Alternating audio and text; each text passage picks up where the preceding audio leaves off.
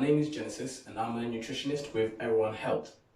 We are celebrating Black History Month, and as a health and wellbeing organization, we thought it appropriate to shed light on some Black health matters. We're going to talk about specific conditions that affect Black people and BAME communities, and also how best to get support, as we will be highlighting specifically risk factors that affect these particular groups. I would like to talk about health conditions that disproportionately affect Black people or BAME communities. 5 conditions specifically I'd like to speak on. So number 1 would be heart disease. Now, people of African or Afro-Caribbean origin, including people of South Asian descent, have a higher risk of developing heart disease than white Europeans. This, of course, when we talk about heart disease, will be linked to high blood pressure as well as high cholesterol, and can also lead to issues such as having strokes. Number 2 would be fibroids. Black women are diagnosed 3 times as frequently with fibroids than any other ethnic group, and they tend to also exhibit more severe symptoms.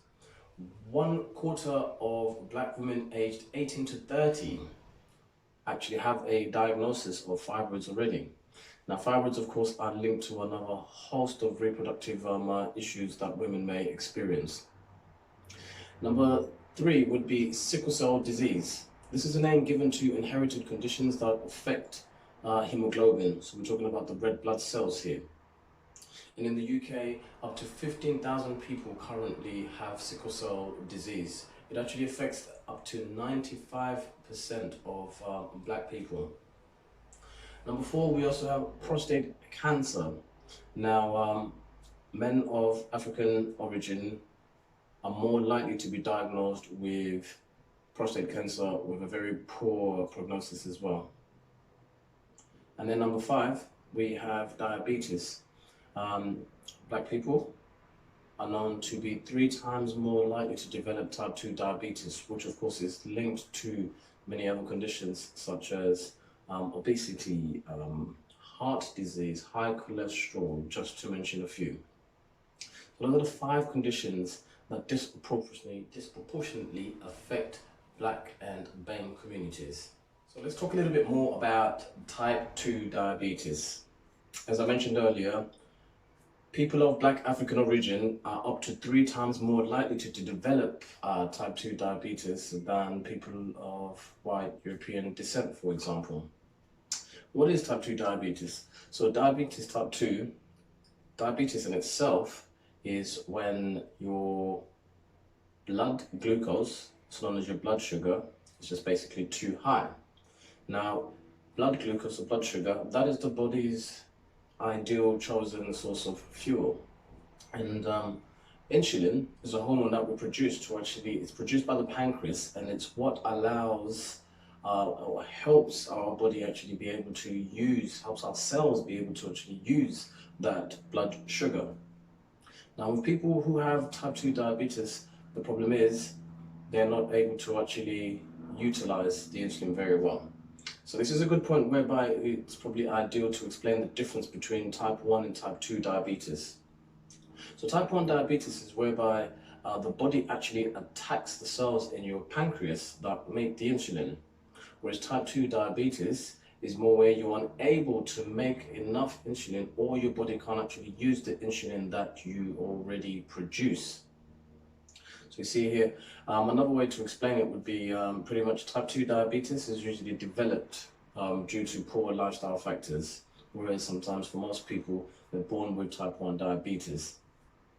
And as well as that, in terms of type 2 diabetes, it's really important to actually know the risk factors so that you are able to prevent or better manage your type 2 diabetes. Because when it comes to type 2 diabetes, there's a host of issues that are associated with it that range from mild to potentially severe, life-threatening. So it can be linked to things such as heart disease, it can be linked to nerve damage, where people could potentially end up losing limbs like lower legs. Eye conditions as well, it's related to. People may develop glaucoma. as well as kidney disease, where people have renal functional issues. So we can see here there's a host of problems that are associated with type 2 diabetes. And another interesting fact, if you, in terms of the actual risk factors, these will range from genetic factors to lifestyle factors. In terms of genetics, if your mother or father has diabetes, you have up to 40% chance of actually developing type 2 diabetes. And if both your parents actually have had diabetes, those odds are increased up to 70% likelihood of you developing type 2 diabetes. That's quite some staggering figures. So you can see here how type 2 diabetes is something that can actually run in the family. And in terms of management, there's different ways of managing these two conditions. With type 1, it's quite simply medication. These are the people you might see injecting insulin. Whereas with type 2 diabetes, yes, some people can actually be prescribed medication, but what can also happen is exercise and diet can actually be key to helping you to manage your type 2 diabetes. Now, it might be worth at this point actually talking about the symptoms of type 2 diabetes before I go into sharing some top tips on how to improve or manage your diabetes. Now, symptoms of type 2 diabetes will range from urinating frequently, constantly being thirsty. Sometimes people might get a sweet pear-like breath. They might do. We also have extreme fatigue. You could also have things like tingling nails and tingling fingers and toes as well. That's another symptom. Blurry vision as well. There's quite a host of symptoms. So if you are experiencing any of those, highly suggest you possibly get that looked into. Now, let's talk about 5 ways to improve or manage your diabetes. Number 1, get yourself screened. Go see your GP, go see your diabetic nurse and ask for a HbA1c test. This is basically a diabetes test. It's a really simple one. All it is literally they just prick your finger and just a tiny little drop of blood and take that. The test is done within 5 minutes. You get your results there and then, and that will tell you in terms of your risk of developing type 2 diabetes, or if you really pretty much have it. And then number 2, watch your sugar intake. So we're talking about the fizzy drinks here, the cakes, all the sweet stuff, processed stuff specifically we're talking about here. Make a swap. So instead of having the fizzy drinks, maybe just opt for fruit instead. That's a great alternative. I like to call it nature's candy.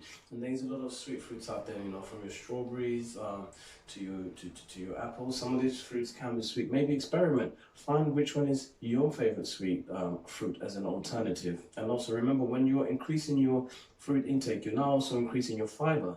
And usually type 2 diabetes is related to increased weight. So increasing your fiber will be keeping you fuller for longer, helping with the bowel movements. So there's so many more benefits to actually making that swap from sugary sweet to more natural sweet, if you like. Number 3, get moving.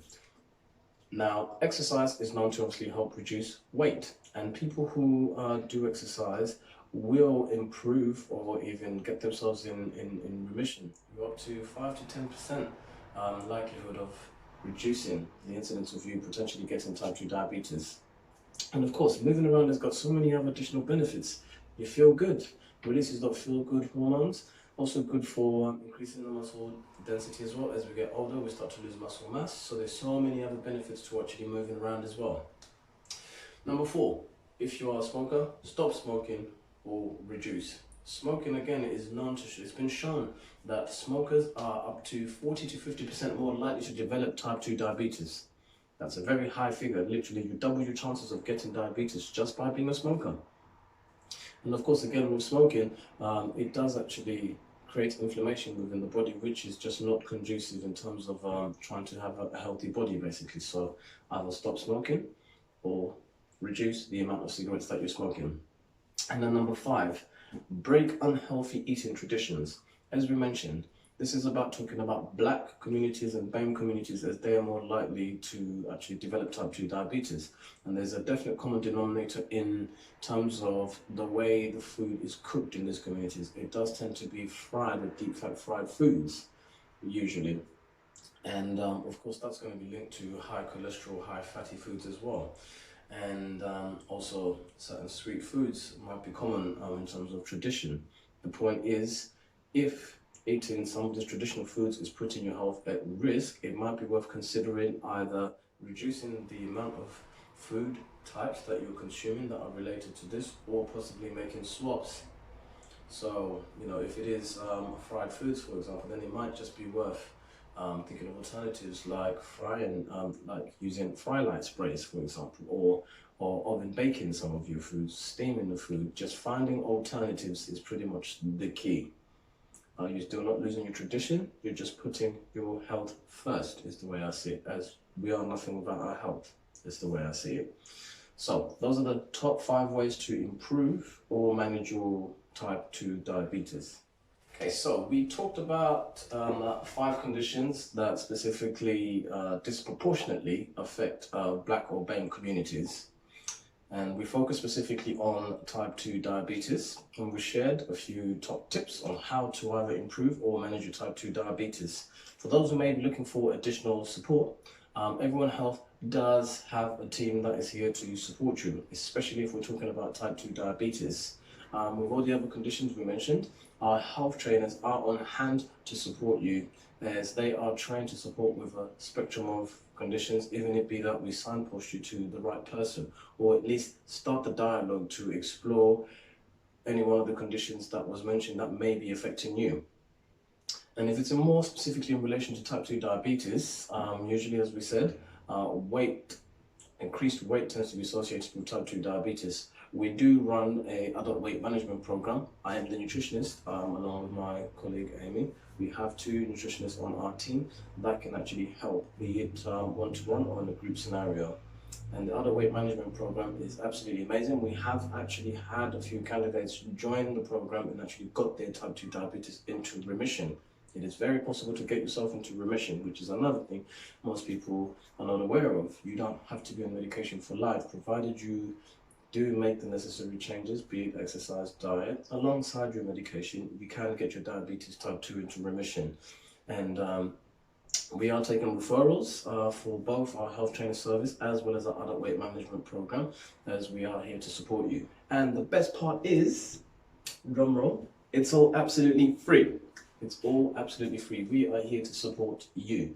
So call our number, our contact center, or drop us an email, or even send us a message on any one of our social media platforms, and someone will get back to you and get you booked in with either one of our health trainers or onto one of our weight management programs, so we can actually support you in addressing some of these health conditions that disproportionately affect Black or BAME communities.